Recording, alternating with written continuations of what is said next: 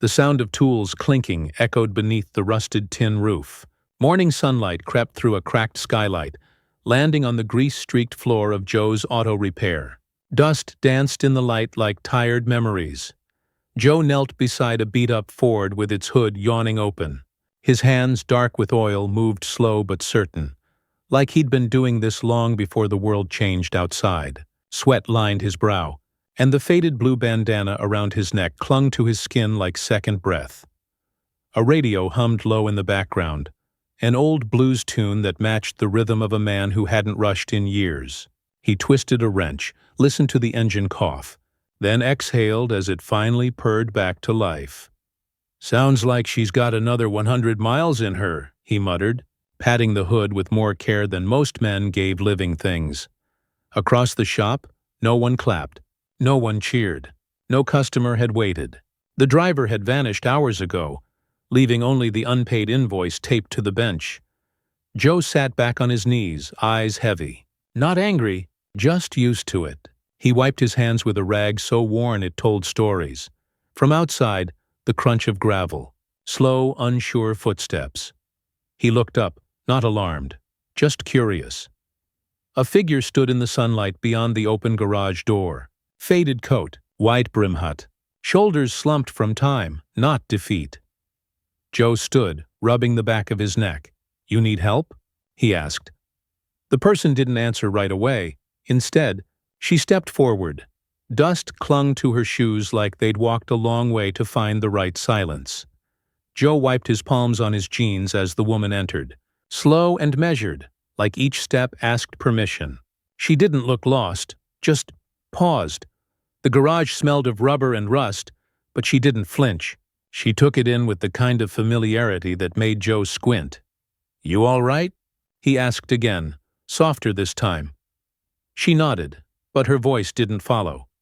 He gestured toward a metal stool near the back wall. "You're welcome to sit.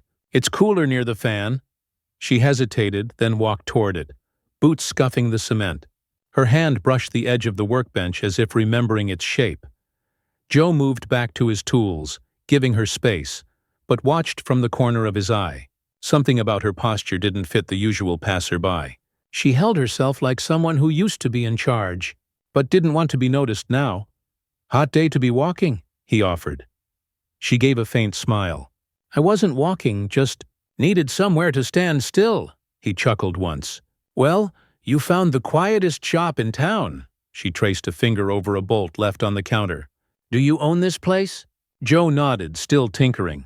"Inherited it from the man who taught me how to fix things. He's long gone now, but his stories live in the pipes." The woman looked around, letting the silence fill the corners. Her eyes landed on a wall above the tool cabinet. Faded photos, each curled at the edges, pinned like relics. One photo in particular caught her breath. A young man, greasy hands, wide smile, arm around a smaller boy. She stepped closer, gaze locked. Joe didn't notice her lips part, or how one trembling finger hovered near the frame. Joe noticed her stillness now, her eyes fixed on the photo like it had spoken. He set the wrench down gently. "Old memory," he said, walking over. "That was Calvin. And me, years back." Her voice came slow, almost afraid of itself. He smiled like someone who didn't know the world could break him. Joe blinked. "You knew him?" She pulled her hand back from the frame. "No," she lied. "Just reminded me of someone." Joe tilted his head, unsure. "He was a good man. Taught me everything. Treated this place like it was sacred." She offered a smile that didn't reach her eyes. "Coffee?" Joe asked. She hesitated, then nodded. A few minutes later, they sat in fold-out chairs beneath the fan. The air stirred just enough to carry the scent of oil and old wood. Joe handed her a chipped mug filled with watery instant coffee. "Sorry it ain't fancy," he said. She wrapped her fingers around the mug like it held more than heat. "Warm is enough." Joe sipped his own and leaned back. "We don't get many folks stopping by just to talk." "What brought you in?" She looked at the floor. "My car's not broken, and I'm not lost." "Then what are you?" She paused. "Tired." He nodded slowly, accepting that answer the way mechanics accept dents. They don't ask how it happened, just what to do next. A quiet moment passed. Outside, wind stirred dust on the gravel. Then, clang. The side door burst open, and a girl in a red flannel stepped in, ponytail swinging, backpack slung one shoulder. "Dad, we've got a leak under—" She froze.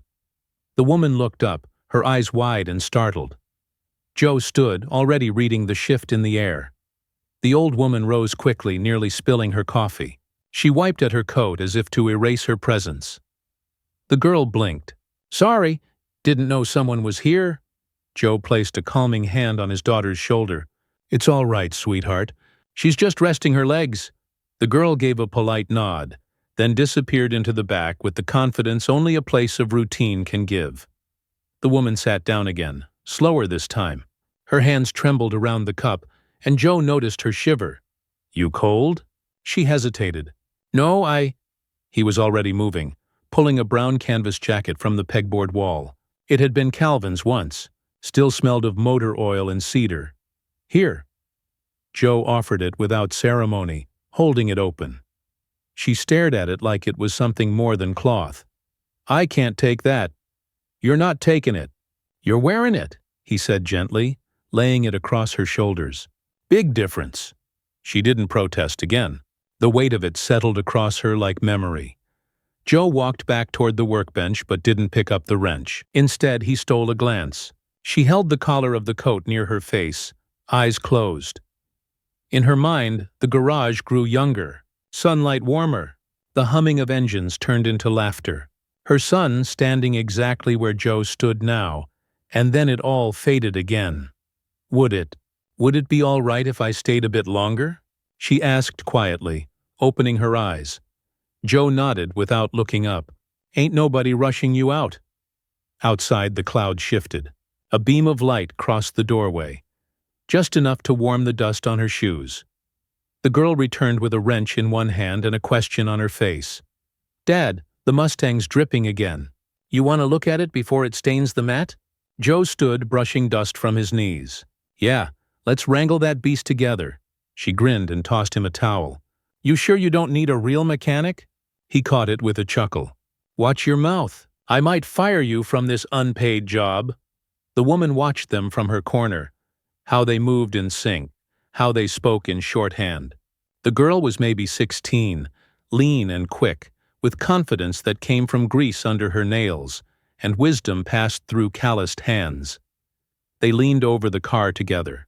Joe pointed with a screwdriver. "See the line there? That clamp's loose again." The girl wiped sweat from her brow, leaving a smudge of grease across her cheek. She didn't notice. The woman smiled softly, eyes misting. Not from sadness, but memory. Another girl once wore the same streak. Her own daughter, maybe. Or, no, his. The girl looked up, catching the woman watching. She offered a small wave. "You need anything, ma'am?" The woman shook her head gently.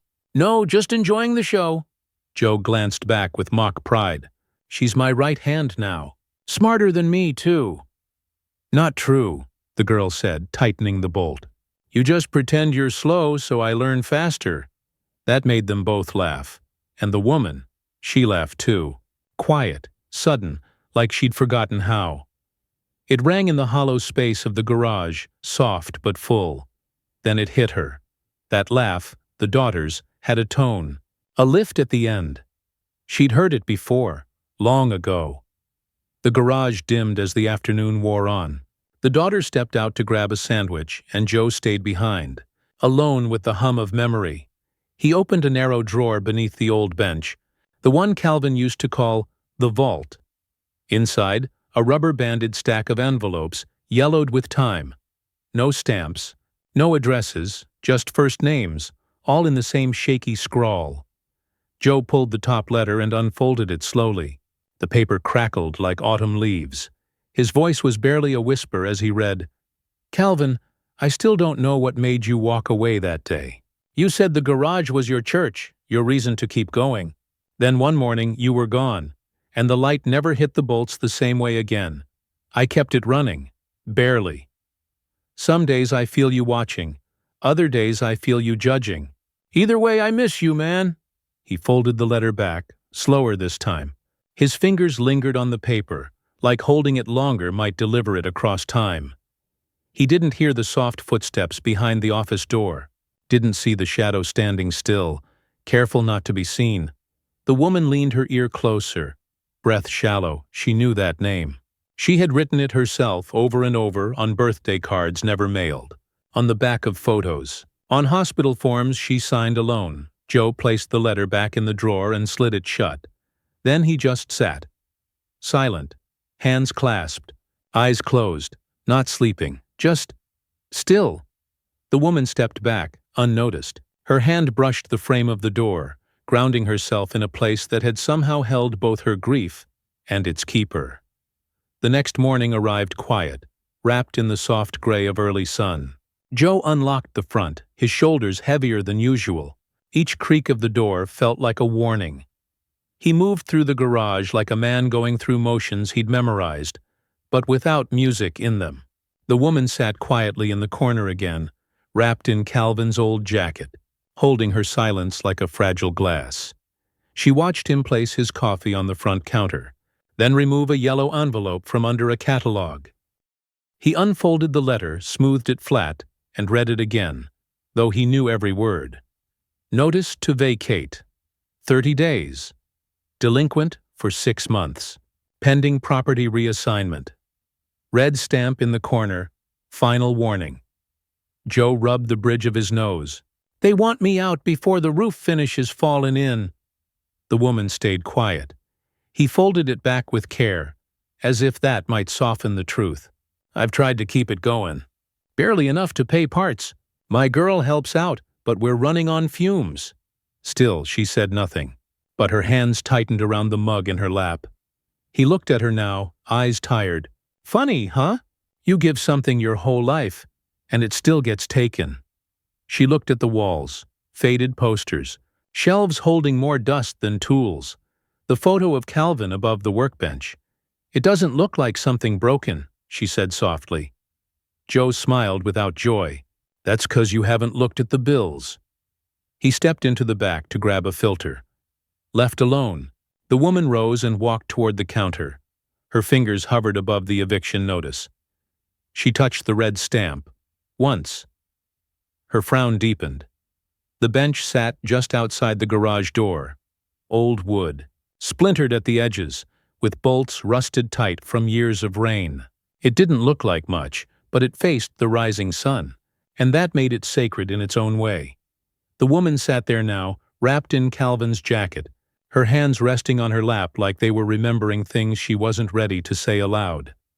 Inside, Joe worked quietly on an alternator, his daughter sweeping the far corner of the shop, humming low to herself. The hum echoed gently into the morning air, soft and steady. The woman's eyes drifted to the gravel lot. Weeds had started creeping through the cracks in the cement. Somewhere nearby a bird chirped once. Then again, as if confirming she was really there. She looked down at her shoes. Dust still clung to them. Time moved differently on that bench. It stretched between breaths. Joe stepped outside with 2 mugs, one in each hand. Thought you might still be sittin'? She took the coffee with a small nod. He didn't sit, just stood nearby. You keep finding reasons to stay, he said gently. She took a sip, then placed the cup on the arm of the bench. It's not the coffee, Joe smiled. Then what is it?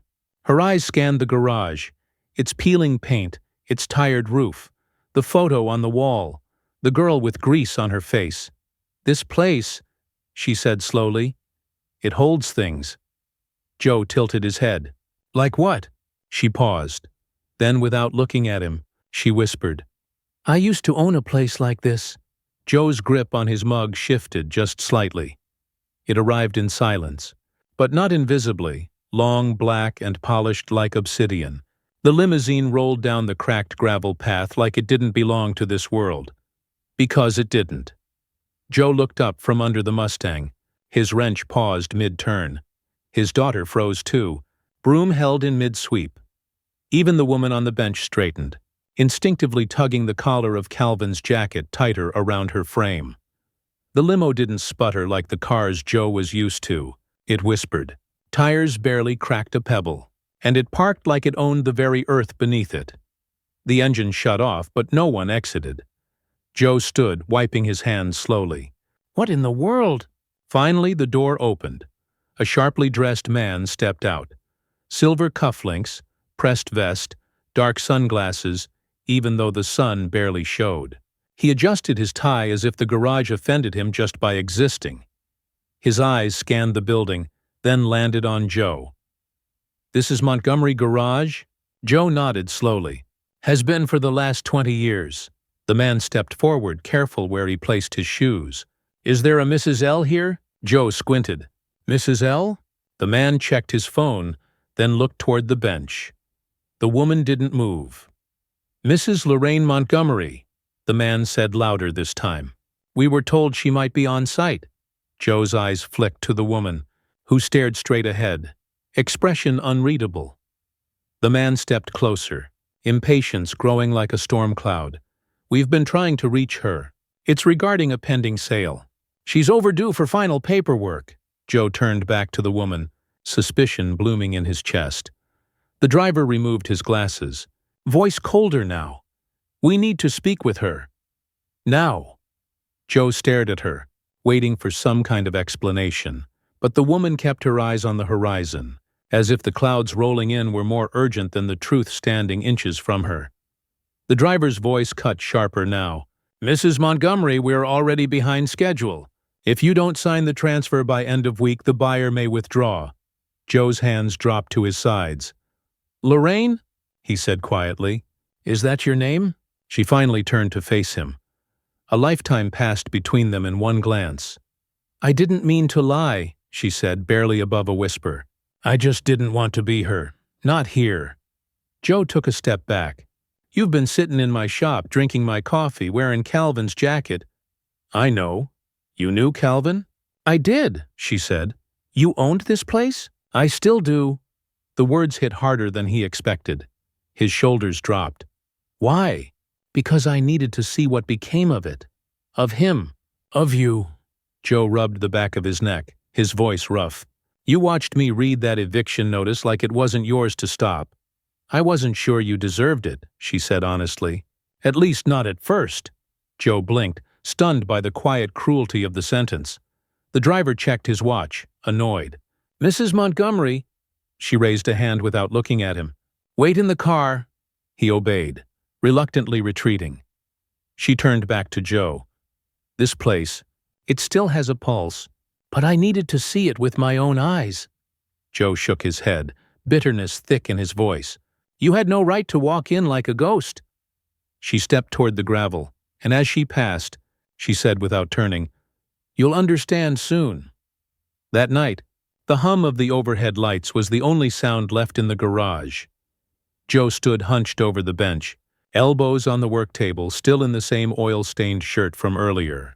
His daughter sat on the tire swing just outside, pushing herself in slow, lazy arcs, eyes fixed on nothing. He finally spoke. Did you know? Know what? About her, about this place. Who she is? No, she said. But I figured she wasn't just another customer. Joe let out a breath, shaky. She owns all of this. The land, the walls, even the damn bench. His daughter twisted gently on the swing, scuffing her boots in the dirt. You mad? Joe didn't answer right away. I feel fooled, used. I trusted her. Yeah, well, she said, jumping off the swing and walking in. Trust doesn't pay rent, and we're still 3 months behind. He raised his head, surprised at her tone. She crossed her arms. You want to be mad, be mad. But that woman sitting in here didn't act like someone ready to take everything from us. Joe frowned. What are you saying? I'm saying maybe you should talk to her, before the suits come back with contracts and bulldozers. Joe slumped back in the stool. I don't want her charity. It's not charity if she fixes what she broke, the girl replied. A silence passed between them. Then she added, And I'm not going to school tomorrow. What? I'm staying here, helping you, fixing what we still have, Joe's voice dropped. Your mom wanted better for you. His daughter looked around the garage. If we lose this place, she said, quiet but firm, We lose everything."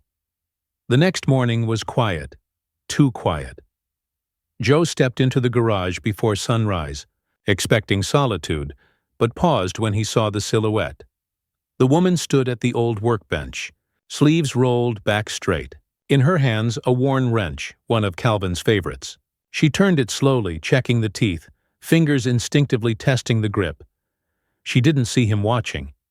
She moved with the kind of familiarity you can't fake. Her hands scanned the engine of an old Chevy truck, her knuckles grazing over the coolant line, pausing at the rusted clamp. With barely a grunt, she reached for the pliers and started tightening. No hesitation, no uncertainty. Joe said nothing. He just stood there, arms crossed, his expression a quiet storm. When she finally looked up, she found him in the doorway. "Didn't expect company this early," she said. He didn't smile. "You've done that before." She wiped her fingers on a rag and shrugged. "You forget the things you know, until you hold them again." "Where'd you learn to work on an engine?" "Same place you did," she replied. "Here." Joe's breath caught. His voice dropped. "You were here?" "Years ago," she said, walking over to the pegboard and hanging the wrench like it had a home there. "I used to hold the light while my son rebuilt transmissions. He taught me enough to pretend I knew what I was doing." Joe studied her, how she moved, how she stood with oil under her nails and no apology in her stance. "You're not just the owner," he said. "You were part of this place." She looked at the engine again, a soft ache in her voice. "I never really left." Joe stood frozen, stunned by the quiet truth now unfolding in front of him. She moved slowly now, not from age but memory. The photo wall hadn't changed much since she first walked through the door. Same tattered corners, same fading faces. But now she looked closer. Her fingers trembled as they hovered near a snapshot. A young man with smudged cheeks and eyes too bright for the world he'd been handed. His arm draped around a teenage boy. Joe, younger, wide-eyed, still believing every nut and bolt had purpose. Her gaze locked on the man beside him. He wore the same grin that haunted her dreams. Her son, Calvin. A sound escaped her lips, soft as breath. Joe stepped behind her, sensing the shift. That was the day he rebuilt the tow engine with no manual. Said he didn't need one. He had it memorized. She smiled, just barely. He always did like puzzles. Joe turned toward her, eyes narrowing. "You knew him better than you let on." She blinked once. Her eyes watered, not from emotion alone, but from the dust that stirred when she reached out and touched the frame. "I used to watch him work from the steps," she said quietly, "back when this place still had light bulbs that didn't flicker." Joe's voice was cautious. "Who were you to him?" Her thumb brushed a corner of the photo. Silence stretched long between them. Then, almost inaudibly, "He used to call me Mama, before the world changed him. Before I lost my right to be called." "That?" Joe stood still. The sun moved across, the wall just enough to catch Calvin's smile. The woman wiped at her eye, but it wasn't dust anymore. The day started, with a glimmer of hope. A customer pulled in around 9, a regular with a dented blue sedan and a soft voice. She needed a brake line replaced and offered to pay up front by check. Joe didn't hesitate. He smiled, slid the check into the cash drawer, and got to work. For a few hours it felt like the place still breathed. But after lunch, the phone rang. He picked up, still wiping grease from his hands. "Joe's Auto," he said. "Yeah. This is Sarah over at Crawford Bank," the woman said. "We tried to process that check from Linda Carson. It bounced." Joe froze. "Bounced?" he repeated. "Insufficient funds," she confirmed. "This the second time this month, isn't it?" He cleared his throat. Yeah, thanks." He hung up slowly and leaned against the counter, the weight of the news sinking like a wrench dropped into an oil pan. His daughter stepped in from the back, wiping her face with a rag. "Everything okay?" Joe forced a chuckle. "Just another check flying on broken wings." She tilted her head. "What are we down to?" "Less than 300 in the drawer. Rent's due in 12 days. Silence. Then she said, "We could sell some of the old tools." Joe looked up sharply. "That's Calvin's set." They're just sitting there. Dad, we need to do something. He looked past her, toward the cabinet where the tools waited. Clean, organized, untouched, like an altar. The woman stood quietly in the corner, having overheard. Her gaze dropped to the floor. Joe said nothing, but in his silence, something cracked. Place once filled with the hum of machines now hummed with desperation. The sun was low when the black SUV pulled in. Clean, shiny, new. Money out stepped a man in polished shoes and a smug smile. Real estate smile. The kind that looked through things, not at them. Joe was under the hood of a pickup, but saw the approach in the reflection of the windshield. He straightened slowly, wiped his hands, and met him at the edge of the bay. "Mr. Reed, right?" the man said, extending a hand. Joe didn't take it. "That's me. I'm Warren Bishop, representing the group purchasing local parcels along the East Corridor." Joe crossed his arms. "I know who you are. You've sent enough mail," the man laughed lightly. "Fair enough, then let me skip the pitch. We're offering one last buyout, 20% above appraised value." Joe's jaw clenched. "Why now?" "Because this place is next in line for redevelopment," Warren said casually. "We're thinking modern storage units, possibly a clean tech center." Joe looked around the garage. "You want to pave over the soul of this town for self-storage?" Warren's tone cooled.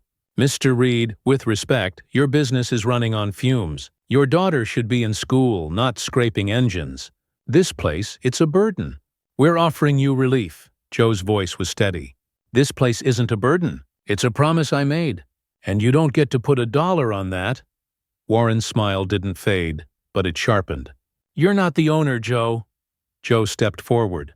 "No, but I'm the one who kept it breathing." He turned away, back toward the smell of oil and the hum of memory. "I'll take rust and grease over glass and lies any day." And with that, he walked back inside. The garage lights buzzed quietly as twilight settled in, stretching shadows across tool carts and forgotten corners. In the small office tucked behind the workbench, the woman stood alone. The overhead bulb flickered gently, bathing the room in the kind of light that made everything look like a memory. Her hand slid into the pocket of Calvin's old jacket. She pulled out a folded Polaroid, the edges soft from years of hiding. It was him. Calvin, maybe 17, standing beside the garage's first tow truck, arms crossed, grease on his chin, fire in his eyes. Beside him, a woman. Her. Younger, straighter posture, and the same uncertain smile. She pressed the photo to her lips. "I'm sorry," she whispered. "I should have stayed. I should have fought harder." Her thumb traced the faded line of his jaw, then the streak of grease on his face. One she remembered trying to scrub off with her apron while he laughed and squirmed. Behind her, floorboards creaked softly. Joe stood at the doorway watching. "You talk to him often?" he asked gently. She turned, startled, hiding the photo behind her back. He didn't push, just stepped inside and leaned against the door frame, his voice quiet. "I found his wrench in the cabinet this morning. Still had his name scratched in the handle." She looked away, blinking fast. Joe studied her for a moment. "You miss him?" Her reply came like breath. "Every second," he nodded. "I know that feeling." She opened her mouth, then closed it again. Joe tilted his head. "Who are you really?" he asked. Her fingers gripped the photo tighter, and for a moment she looked more ghost than woman. Sunday morning cracked open with sunlight soft as linen. The town's only church stood 2 blocks from the garage. White wood chipped from seasons, bell tower leaning ever so slightly to one side. Joe didn't go often, but this week felt different. He dressed in his cleanest work shirt, still speckled with oil, and his daughter wore a wrinkled dress she hadn't grown out of yet. They walked together, not saying much, just sharing the weight of the silence between them. As they entered the chapel, the scent of old pews and lemon polish greeted them. The congregation turned, some nodding, others eyeing the streaks of grease still under Joe's nails. They slid into a back row. Joe removed his cap, smoothing back his hair. His daughter crossed her legs and tucked a loose strand behind her ear. The pastor began with a verse about faith and surrender, about letting go of what you can't fix. Joe tried to listen, but his gaze wandered. The stained glass window behind the pulpit caught the sun, throwing reds and golds across the wooden floor like spilled memory. Then he saw her, the woman, sitting near the front, upright, composed, wearing a dark coat and quiet face. She hadn't noticed them yet. Joe stared, something sharp catching in his chest. Beside him, his daughter leaned over. "That her?" He nodded once. The woman bowed her head as the choir began to hum, unaware she was being watched. Joe looked down at his hands, calloused, cracked, and trembling slightly in his lap. One pair of hands smelled like flowers, the other, like engine oil. But both were folded in prayer, and only one of them still believed someone was listening. Later that afternoon, the church's hymn still echoed faintly in Joe's mind as he sorted through invoices at the garage. Most of the papers were unpaid bills, faded receipts, and old part orders from suppliers who no longer extended credit. His daughter sat cross-legged on the concrete floor near the desk, rummaging through a battered filing box marked personal. She was looking for an old photo Joe promised her, but what she found stopped her cold. "Hey, Dad?" He didn't look up. She held up a letter, yellowed envelope, elegant handwriting. The return address was smudged, but the name on the front was still clear. Lorraine M. Montgomery. She flipped it over. Same name. Joe froze. She opened it gently. Inside, a letter on thick ivory paper. It wasn't old. Maybe a year or two. A typed message from a property firm thanking Mrs. Lorraine Montgomery for her continued patience as we finalize the transfer of garage property 2406B under her ownership. Joe rose slowly and took the letter from her hands. His eyes moved over the words, then again. Slower. His voice dropped. "Where'd you find this?" "Bottom of the box," his daughter said. "Mixed in with some of Calvin's things." Joe's jaw tensed. He stared out at the garage floor like it had betrayed him. His daughter's voice came softer now. "Dad." He didn't respond. "She's not just here to visit." Joe looked at her, breath shallow. "She's not just some woman with memories." The girl stood beside him now, holding the truth in her hands. "Dad," she said again, steadier this time. "She's the owner." Joe said nothing, but in his silence, everything changed. The air in the garage was thick, more with silence than smoke. Joe stood beneath the rusting car lift, arms crossed, face unreadable. The afternoon light filtered through the high windows, catching motes of dust like secrets in the air. The woman entered slowly, as if already knowing what was coming. He didn't look at her right away, just stared at the floor like he was afraid of what might come out if he met her eyes. "You own this place," he said finally. She closed her eyes, nodding once. "Yes." "How long?" "Years," she admitted. "Since Calvin passed. He left it in my name." "What was left of it?" Joe exhaled through his nose, steady but shaking inside. "All this time. You sat at my table, drank my coffee, watched me bleed into these walls." "I wasn't watching," she said softly. "I was remembering." Joe looked up, fire barely contained behind tired eyes. "You let me read that eviction notice like it was a weather report." "I didn't know if you'd be someone who deserved to stay," she whispered. He flinched. She stepped closer, voice trembling. "I came to see what was left of him. And I found you." "I didn't expect that." "I built everything in here with my bare hands," Joe said. "With his voice in my head, his tools in my grip. I honored him every day." "I know," she said, tears rising. "That's why it hurt." He stared at her, jaw clenched. "I would have understood," he said quietly. "If you'd just told me the truth." She swallowed hard, unable to speak. "Why didn't you tell me sooner?" The silence between them deepened. Not empty, but full of everything they never said. The office was dim, the only light coming from a flickering desk lamp and the half-open blinds that sliced the room into quiet stripes of shadow and sun. She sat in Calvin's old chair. It creaked beneath her like it remembered. On the table before her lay the contract, the one she'd ignored for months. The pen sat beside it, still capped. Heavy, patient. Joe leaned in the doorway, arms crossed. "You're really going through with it?" She didn't answer immediately. "The offer's more than fair," she finally said. "And I'm tired." "Tired of what?" he asked. "The memories? Or the people still living inside them?" She looked up. Her eyes were rimmed with red. "I didn't come here to hurt you." "You're not hurting me," Joe said, stepping into the room. "You're erasing him." Her breath caught. "Calvin's voice is in the creak of the door hinges," he continued. "His fingerprints are still on that cabinet.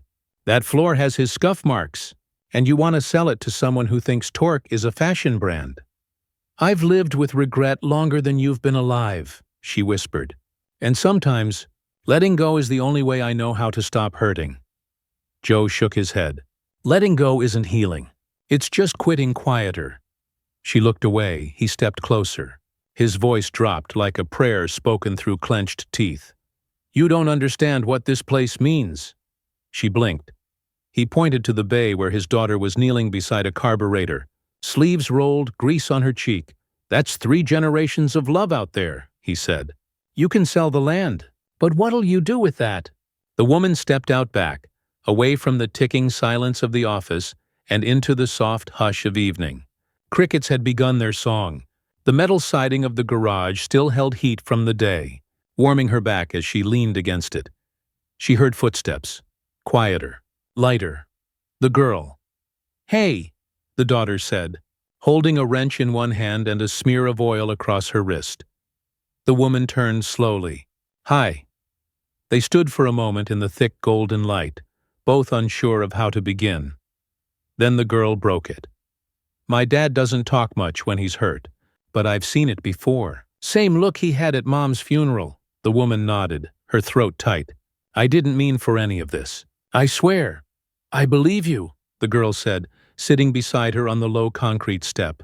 "But you let him believe this place was safe, that you were just someone passing through." "I was scared," the woman whispered. "Scared that if I admitted who I was, I'd ruin what I found here. That maybe I'd already ruined it once." The girl looked down at her stained hands.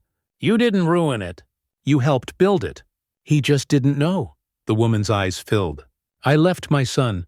I left this place. Coming back felt like walking through a photograph. Everything's the same, but none of it belongs to me anymore." The girl reached into her pocket, pulled out a small rag, and gently wiped the oil from the woman's wrist. "Then maybe start by staying," she said. The woman smiled faintly, but it didn't reach her eyes. She looked toward the garage. "Heartbreaking. It's too late," she said, voice cracking. The storm didn't wait for morning. By midnight, the sky cracked open, spilling rain in thick sheets that slapped the pavement like regret. The wind howled across the lot, lifting loose tarps and shoving rain beneath the garage's crooked awning. Joe was inside, scrambling. Buckets beneath leaks, tarps over toolboxes. "Get the clamps," he shouted to his daughter, who ran barefoot through the shallow water pooling near the lift. Lightning flashed, throwing shadows across the walls like broken memories trying to escape. The woman stood in the doorway, watching as chaos unfolded around something that once felt indestructible. She stepped out into the rain without thinking. Her shoes sunk into the soaked gravel as she rushed to help tie down a sheet of plastic over the old carburetor rack. Joe saw her, stunned, but didn't stop her. They worked as a trio, father, daughter, ghost. But the storm was stronger than resolve. A gust of wind tore down the back wall's plastic lining. A shelf collapsed in the far bay. Tools spilled into water, wrenching away like ships set loose. The power flickered, then went out. In the silence, a groan. All three turned their eyes upward. The Montgomery Auto sign, bolted crookedly above the front entrance, swayed once, twice, crack. It tore free and fell, smashing into the gravel with a heavy, wet thud. The last letter M snapped clean off. Rain poured over the wreckage. Joe stared, breathing heavy. No one moved. It wasn't just wood and nails. It was a name, a history. A claim! The woman lowered her head, water running down her face like tears she wouldn't let fall, and for the first time, she looked truly lost. The storm had passed, but it left a heavy silence behind.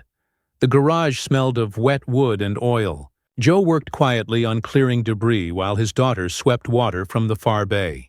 The woman hadn't spoken since the sign fell. She sat on the bench again, wrapped in a dry flannel, staring at the gravel as if waiting for something to rise from it. Joe's daughter knelt near the back storage closet, clearing the flooded floor. As she tugged a soggy cardboard box to the side, her hand brushed something hard beneath the warped floorboard. It shifted. She leaned in, pulled gently. A loose plank gave way with a creak, and beneath it, a shallow cavity. Inside, a small leather-bound book, the edges swollen from time and rain. She flipped it open, careful. The first page read in faded ink, Lorraine's journal, 1996. She glanced at the bench. The woman hadn't noticed yet. Joe's daughter flipped through the pages, her eyes scanning the slanted handwriting. Most entries were short, scribbled late, but one, dated the summer Calvin left, was longer. She read in a whisper. He looked at me with that same fire in his eyes, just like his father before he left. I told him to stay. He didn't. I told myself it wasn't my fault, but I was always better at rebuilding cars than rebuilding people. I left him behind. And now he's gone. The girl swallowed hard. She closed the diary and stood slowly, her hands shaking. The woman turned, just in time to see the journal in her hands. Her face fell, not in fear, but recognition. The journal rested on the bench between them now, closed, damp around the corners but heavier than steel. Joe sat beside her, the distance between them tighter than it had ever been. His daughter stood nearby, watching silently, arms crossed, not in anger, but in protection. The woman didn't reach for the journal. She just stared at it like it had taken something from her and left a scar in return. Joe spoke first, voice quiet. "You wrote all that?" She nodded slowly. "How long since he—" "7 years," she whispered, folding her hands in her lap. "He left town without saying goodbye. I thought he was just angry." But weeks turned into silence. And then, she swallowed hard. "There was a crash," she continued. "Upstate. Snow. He was trying to get back. The police said he was only a mile from here." Joe looked down, throat tight. "He died trying to return?" he asked. She nodded, eyes wet. "But I never knew why he left. Not fully. Not until I found the letters. The ones he never sent me." Joe rubbed his hands together slowly, grief surfacing like rust. "He talked about you sometimes. Said you were fire and steel. Said you scared him. But he still kept your photo in the drawer." The woman chuckled. "Just once. It sounded like breaking glass. He was always softer than I let him be." They both sat still for a moment. Then she added, voice barely audible, "That's why I couldn't come back. Until now." Outside, the storm had left behind puddles and a sky washed clean. Inside, 2 people sat beneath the weight of memory, and for the first time, they were sharing it. The rain had passed, but the air still smelled of iron and earth. Joe stood beside the open bay door, arms crossed, looking out at the puddles forming like scars across the gravel lot. The woman sat nearby, a blanket over her lap, steam rising from the coffee she hadn't touched. "You ever think about how some folks get remembered?" Joe asked, his voice rough but calm. She looked up. "I mean the ones with buildings named after them. Wings of hospitals, parks, streets, people with money," he said, nodding toward the road. She waited for more. "My dad was a welder. Died in his work boots. Never saw his name on anything but a time card," Joe continued. "And Calvin? That man could fix anything with moving parts. But there's no statue for men like him. No plaque." The woman wrapped her hands tighter around the mug. "You're right," she said softly. "There aren't," Joe nodded slowly. "Mechanics have no monuments. But their fingerprints are all over the things that keep this world turning." She closed her eyes for a moment, breathing that in. "I spent so much time building things I could stand on," she murmured. Skyscrapers, contracts, deals. I thought power would fill the spaces I left empty. Joe turned toward her, face open now. Softer. She looked at him. But it doesn't. Not really. He didn't interrupt. I came back to see what was left of him, she whispered. But all I've found is what I missed. A long pause. Then she said, almost to herself, then maybe I built the wrong kind of empire. Joe said nothing, but in the way he looked at her, she knew he agreed. Morning broke soft and gold, spreading light across the grease-streaked windows like a quiet goodbye. The garage was still, tools lined up, workbenches clean, coffee brewed but untouched. Joe stepped out of the back room, towel slung over his shoulder. You seen her? He asked his daughter. The girl looked up from the ledger. She was just here, 10 minutes ago. But now, the bench sat empty. The flannel blanket was folded neatly on the armrest. Calvin's jacket hung back on the wall hook, right where it had always belonged.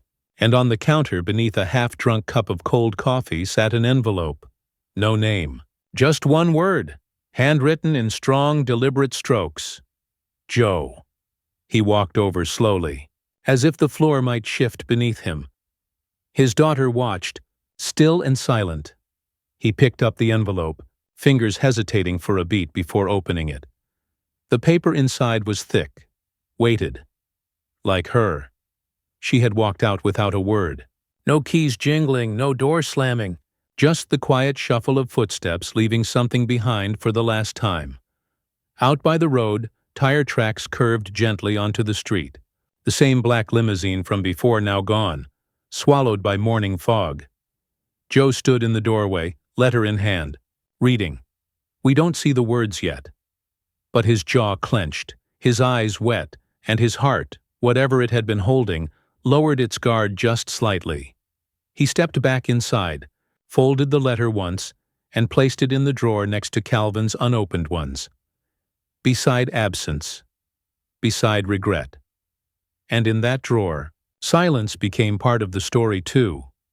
Lorraine sat alone in the sleek glass office of the downtown real estate firm. Everything around her was too polished, too cold, like success with the soul scraped out. A contract lay before her on the table, clipped to a leather folder. It was long, filled with legal language and guarantees of profit. Her name was already typed neatly on the final page. All that was missing was her signature. The assistant stepped out to grab coffee, giving her a few moments. She stared at the pen. It gleamed, gold-capped, heavy in the hand. It had the weight of closure. The storm still lived in her hair and shoes. Her nails still had a line of grease beneath them, no matter how many times she scrubbed. She had folded Calvin's jacket neatly back on the bench this morning, but the scent of it lingered. Her hand hovered over the pen. Images flooded her mind. Joe under the lift, humming some old blues tune, his daughter grinning, grease on her cheek, wiping tools clean like it was sacred work. Calvin, 17 again, twisting a wrench with one hand, flipping her a grin with the other, and the sound of the sign falling in the storm.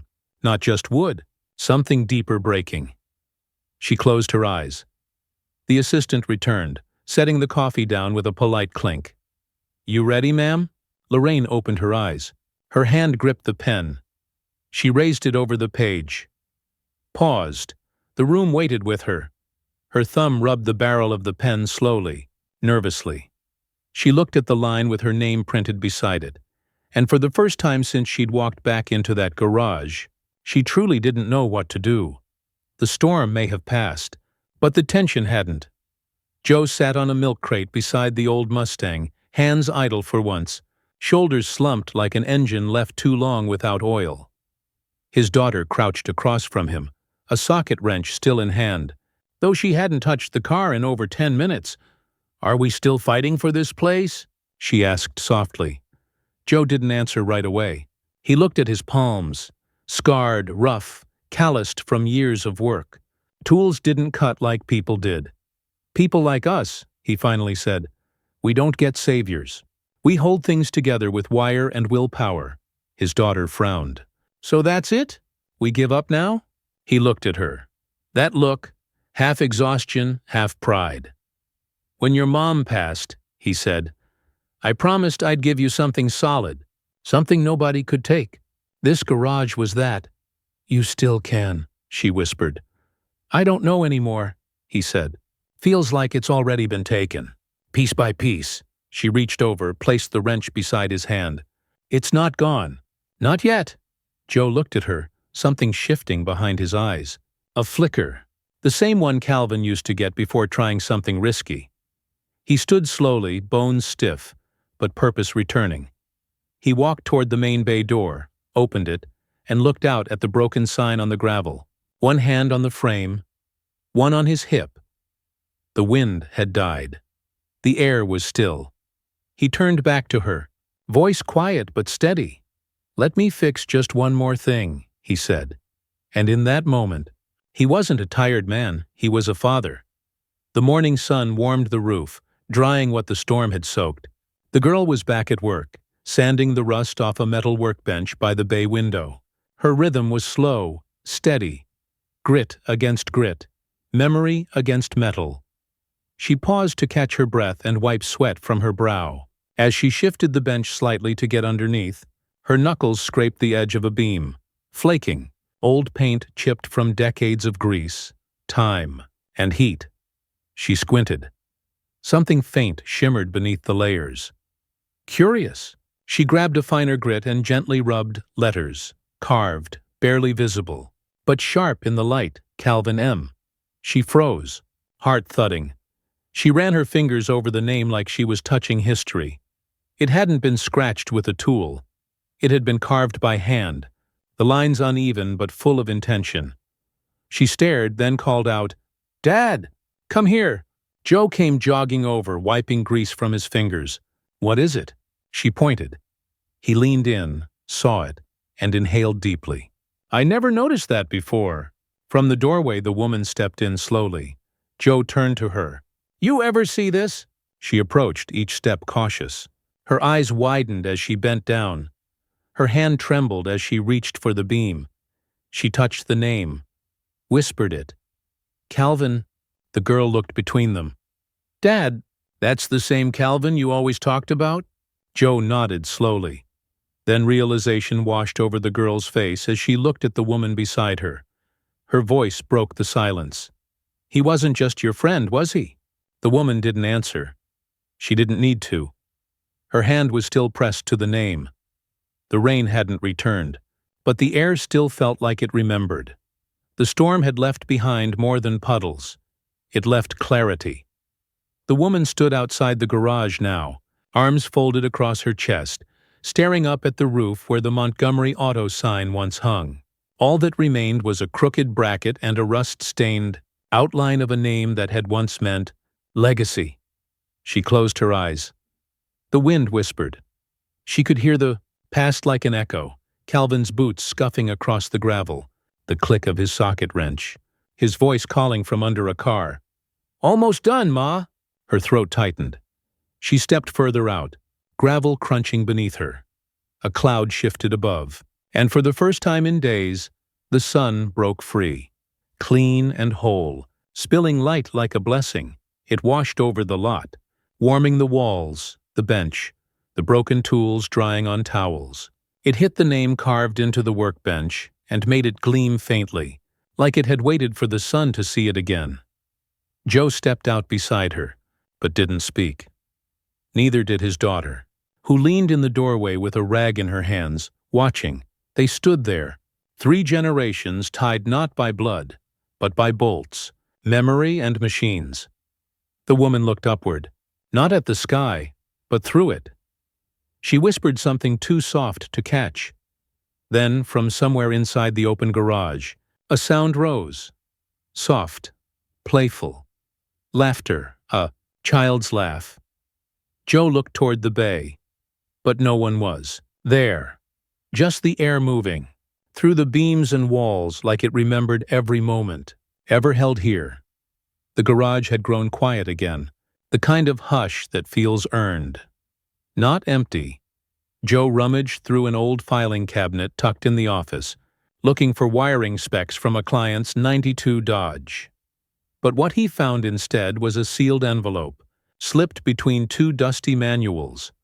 No name on the outside, just aged paper and a faint scent of motor oil and cologne. He opened it carefully. Inside, a photograph. It was faded, but unmistakable. A younger Joe, maybe in his 20s, leaning over a car hood, smirking at the camera. Standing beside him, Calvin, covered in grease, that wild smile, a wrench in one hand. His other hand tossed casually around Joe's shoulder like a brother. Joe inhaled sharply. He hadn't seen this photo in years, maybe ever. He flipped it over. On the back, scrawled in Calvin's familiar chicken scratch, "To the man who kept me alive when I didn't know how to live. You were more than a mechanic. You were my anchor, Cal." Joe sat down slowly in the rolling stool behind the desk. His hands shook as he held the photo like it was made of breath. The woman entered without knocking. He looked up, wordless. She saw the photo. Her knees nearly buckled. She crossed the room slowly, one hand to her chest. "Where did you find that?" she whispered. Joe held it out to her. She didn't take it. She just looked at it like it held every apology she never gave, and every truth she never got to hear. By late afternoon, the sun cast long shadows through the high windows of the garage, turning wrenches and bolts into silver bones laid bare. The woman stood in the center of the bay, sleeves rolled past her elbows. A fresh pair of gloves pulled tight. Joe's daughter handed her a small box of parts, eyebrows raised. "You sure about this?" the girl asked, half teasing. The woman smirked. "Let's find out." Joe watched from the doorway as the woman knelt beside an old carburetor, her movements clumsy at first, but growing steadier with each turn of the socket. Her hands, lined with age, found rhythm again. Not perfect, but purposeful. The girl passed her a tool. "You've done this before." "Long time ago," the woman replied, "before paperwork became more important than pistons." Joe stepped in finally, squatting beside them. "Looks like muscle memory never left." The woman smiled faintly. "No, just got buried under meetings and mortgage statements." She twisted the bolt until it clicked. The sound echoed through the shop like a clock resetting itself. For a while, they worked in quiet harmony.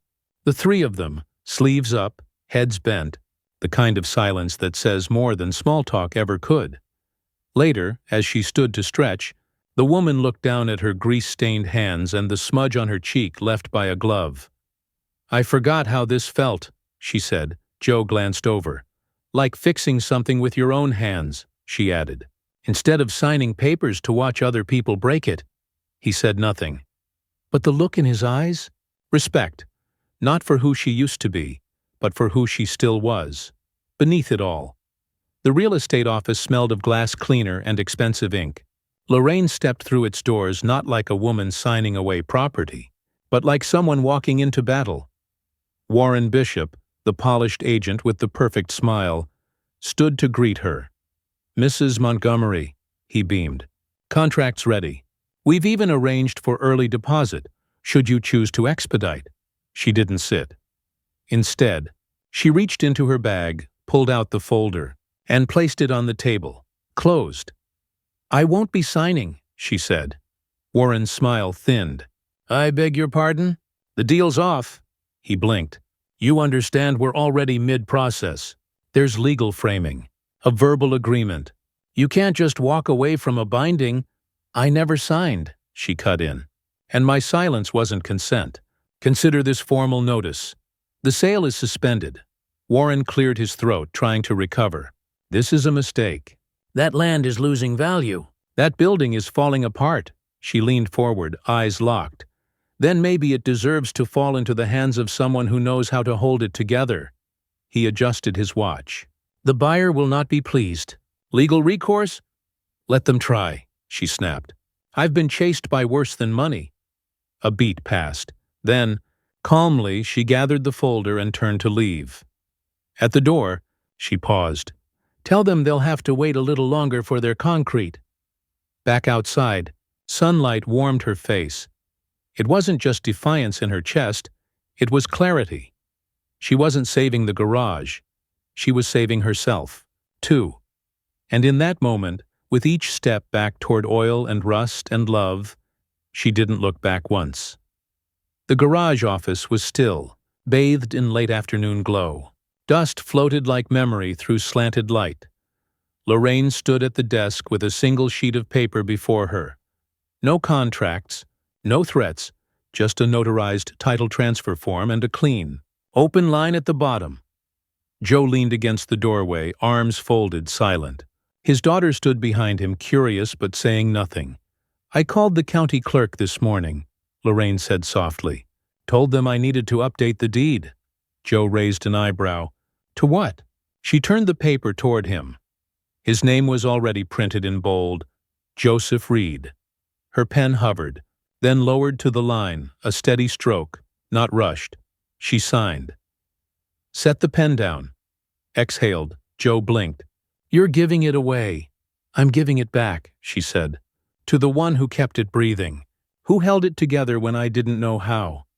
He stepped forward slowly, still unsure. "Why?" She looked at him. "Because love can't be hoarded. Because memory lives in hands and laughter, not paperwork. Because forgiveness, like wrenches, is meant to be held and used. Because this place was never really mine," she said, voice full but calm. "It was always his. And now, it's yours." Joe stared at the page, emotion simmering beneath the grit in his voice. "I don't know what to say." "Then don't," she replied. "Just keep the lights on." His daughter smiled, softly, proudly, and in that small office full of rust and ghosts, a woman rewrote the ending of her legacy. Not with steel, but with ink. 2 weeks later, the sun rose over a garage transformed, not with money, but with hands, heart, and stubbornness. The cracked lot had been swept clean, the broken sign replaced with one hand painted in red and cream. Reed & Carber Garage, built to last.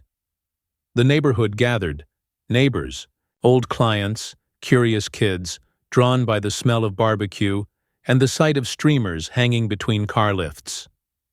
Joe stood near the front bay, hands dirty, a fresh smudge across his cheek. He wore the same work shirt, but it looked different now, worn with pride instead of pressure. His daughter passed out lemonade in mason jars, laughing loud and free. Even Lorraine stood by the coffee table, chatting softly with one of the older locals who remembered Calvin in his prime. She wore jeans now, and boots, and a smile that didn't flinch. Joe wiped his hands on a rag and leaned against the truck they'd finished that morning. A reporter from the local paper approached with a notebook. "You mind if I ask, what made you keep it going?" Joe thought for a beat. Then he looked around. At the people. The peeling walls that somehow still stood. At the girl behind the register helping an old man with jumper cables. He smiled. "This place isn't just bolts and motors," he said. "It's where we put the pieces of ourselves that didn't fit anywhere else." The reporter nodded, scribbling. Just then, his daughter tugged on his sleeve. "Come here, Dad. I've got something to show you." Joe raised an eyebrow. "Now?" she grinned. "Now." He followed, curious. She led him toward the back wall of the garage. Something was waiting there, framed, covered by a cloth. The back wall of the garage had always been empty, bare cinder block, save for a few oil stains and the faint outline of shelves long gone. Now, it held something else. His daughter tugged gently on the cloth. It fell away, revealing a polished brass plaque, mounted with care, the light catching its edges like it was glowing from the inside out. Joe leaned in to read. "In honor of Calvin Montgomery. For the hands that built, the heart that stayed, and the name that still hums in every bolt and beam. This place runs on your memory." Joe's breath caught. His hand lifted, slowly, and touched the plaque like it was warm. Behind him, Lorraine stood still, her hand over her mouth, eyes already filling. She stepped forward, shaky at first. When she reached the wall, she didn't speak. She just placed her fingers softly over Calvin's name and let herself cry. Quietly, fully. The kind of tears that come from healing, not breaking. Joe didn't interrupt. He simply rested a hand on her shoulder. "It's beautiful," she whispered. "He earned it," Joe said. "He built half of this place with bare hands and stubborn grace." She nodded. "And you built the other half with his memory." The daughter stepped forward too, wiping her cheek. "Now no one will forget what started it all." They stood in silence for a moment, three people shaped by the same absence, now held together by something permanent. Outside, laughter carried on the breeze. The garage hummed with life. Inside, the plaque caught the sun one more time. It didn't shimmer like gold. It gleamed like truth. The sun began to dip low, casting honey-colored light through the open garage doors. People were still mingling, but the energy had softened, like the afterglow of a good day. Joe's daughter was in the back, reorganizing the smaller tool drawers when something caught her eye. A wrapped bundle tucked deep beneath a coil of jumper cables in the lowest drawer. It didn't belong there. She pulled it out. Old cloth, folded neatly, tied with a ribbon once red, now faded to rose. She turned and called, "Hey, Lorraine, can you come here?" The woman stepped out from the main bay, wiping her hands on a towel. "What is it?" The girl offered her the bundle gently. Lorraine took it, eyes narrowing with memory before her fingers even untied the knot. She unfolded the cloth, revealing a vibrant red dress, still intact, if a little time-worn, satin lining, modest sleeves, a row of tiny pearl buttons down the back. Her breath hitched. "This was his gift to me," she whispered. "For my birthday." He was 17. Said it reminded him of fire and strength. Joe walked over, brows raised. "That's been in the toolbox all these years?" She nodded slowly, fingers trembling as they held the fabric. "He said I never wore color anymore. Told me I used to glow when I laughed." She pressed the dress against her chest. Joe's daughter grinned. "You should wear it today." Lorraine laughed softly, then caught herself. "Would it even fit?" "Only one way to find out," the girl smiled. And later, as the crowd gathered for a toast and cameras clicked, Lorraine stepped out in the red dress, eyes shining, and for a moment, she glowed again. The reopening night slowly faded into quiet. Laughter turned to murmurs, and chairs were stacked gently against walls. Joe walked the gravel lot, pockets full of leftover bolts, while his daughter locked the front gate. Inside the garage, Lorraine lingered near the photo wall, the one above Joe's worn-out desk. There were dozens of pictures tacked with care. His daughter covered in grease at age 5, Joe shaking hands with customers, a faded Polaroid of him holding a puppy that once lived in the office. But one spot was bare. She pulled a new frame from her bag. Mahogany, simple, but polished. Inside, a photo of 3 people. A younger Joe, still thin in the face, stood between Lorraine's son, laughing wide in a racing jacket, and Lorraine herself caught mid-laugh. None of them had noticed the camera that day. It had been buried deep in her boxes for years. She brushed off invisible dust with her thumb. Then she placed the frame exactly where it felt right, at the center of the wall. Joe walked in, pausing when he saw it. "I remember that day," he said softly. "I don't," Lorraine admitted, voice thin. "But I remember how it felt." He didn't ask how she got the photo. He didn't ask why she chose tonight.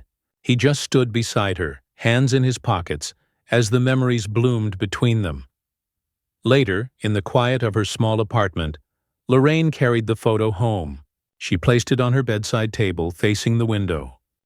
It caught the last light of evening. She sat beside it, the red dress folded neatly on a nearby chair.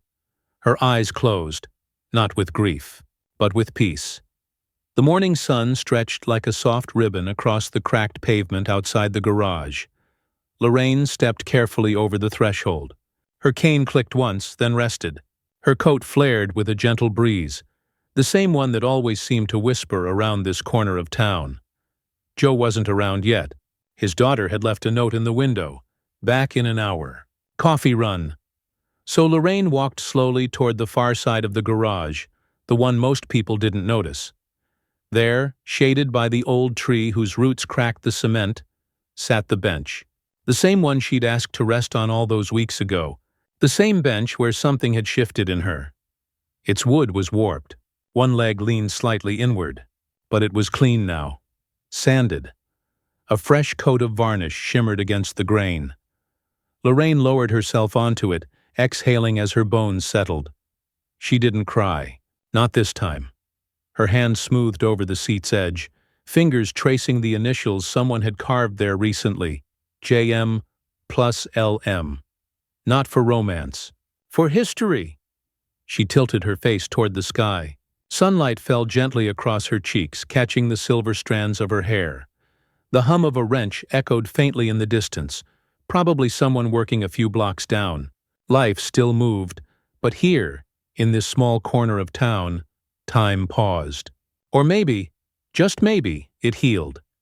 She pressed both palms flat to the wood and smiled. "Still the warmest place I've known," she whispered. And just like that, the wind grew still. The bench didn't creak. It held her, steady, like it had been waiting. The garage glowed under a single hanging bulb, casting long shadows across the concrete floor.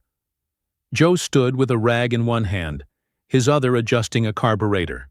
His overalls were streaked with grease, and his brow was damp, but his eyes were light tonight.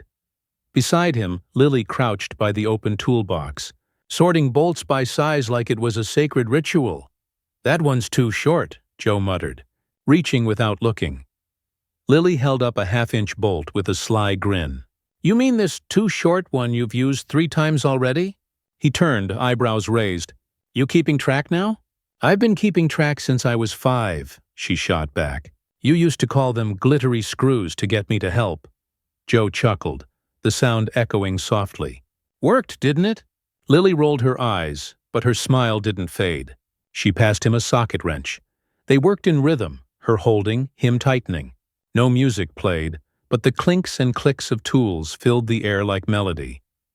After a pause, she leaned against the workbench. "You remember Mom's rule about midnight oil?" Joe's hand slowed. "Yeah," he said quietly. "She said if you burn it, it better be for something that matters." Lily nudged his arm. "This does." Joe looked at her, really looked. The soft grease smear still lingered on her cheek from earlier. "Yeah," he whispered. "It does." A moment of silence. Then Lily glanced up at the ceiling and softly said, "Mom would have been proud, huh?" Joe didn't answer with words. He just nodded. Once. Deep. "Sure." The bulb overhead flickered, then glowed stronger.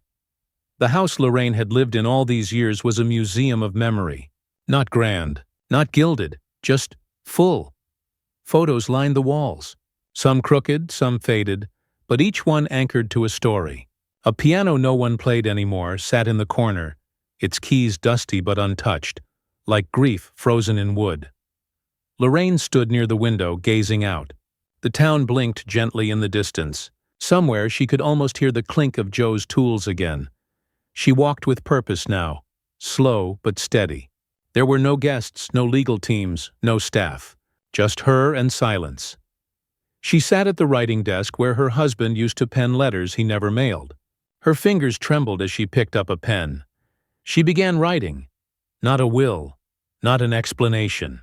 Just a note. Her words were short, soft, as if spoken through memory.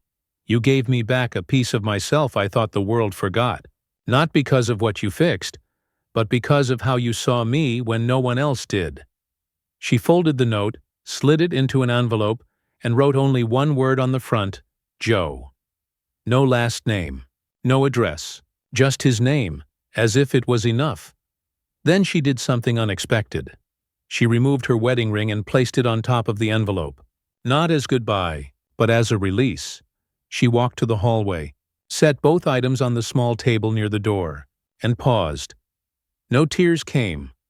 She smiled, because for the first time in years, she didn't feel like she was leaving something behind. She felt passed on, in the best way. The sun was only beginning to rise, smearing soft orange light across the sleepy rooftops. Birds hadn't yet begun their chatter. The world was quiet, holding its breath. Joe unlocked the garage just before 6. The metal door groaned open, slow and steady. He didn't expect anyone today. No repairs scheduled, no deliveries coming, but something made him open it anyway. A breeze swept through, fluttering the note taped to the wall. It wasn't there yesterday. He stepped closer and peeled it off. An envelope. With his name, just Joe. He didn't open it yet. Instead, he walked to the bench. She wasn't there, but something else was. A folded red dress, pressed gently beside a fresh cup of black coffee. Steam curled from it like a whisper. He sat down. Birdsong began. He watched the street come alive, little by little. A boy tossed newspapers. A cyclist rode past, humming. And Joe. He finally opened the envelope. He read it once, then again, slower, and then he tucked it into his shirt pocket like it was armor. Back inside, he found Lorraine's old piano, transported there last week, a surprise from his daughter. He sat down on the bench. It groaned beneath his weight, but held. His fingers, clumsy and calloused, found the keys. He tapped out the first few notes of something he barely remembered. Not perfect, not even in tune, but honest.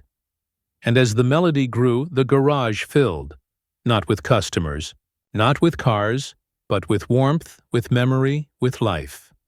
Outside, the town woke up, and the mechanic played on, surrounded by grease, ghosts, and the soft beginning of something beautiful.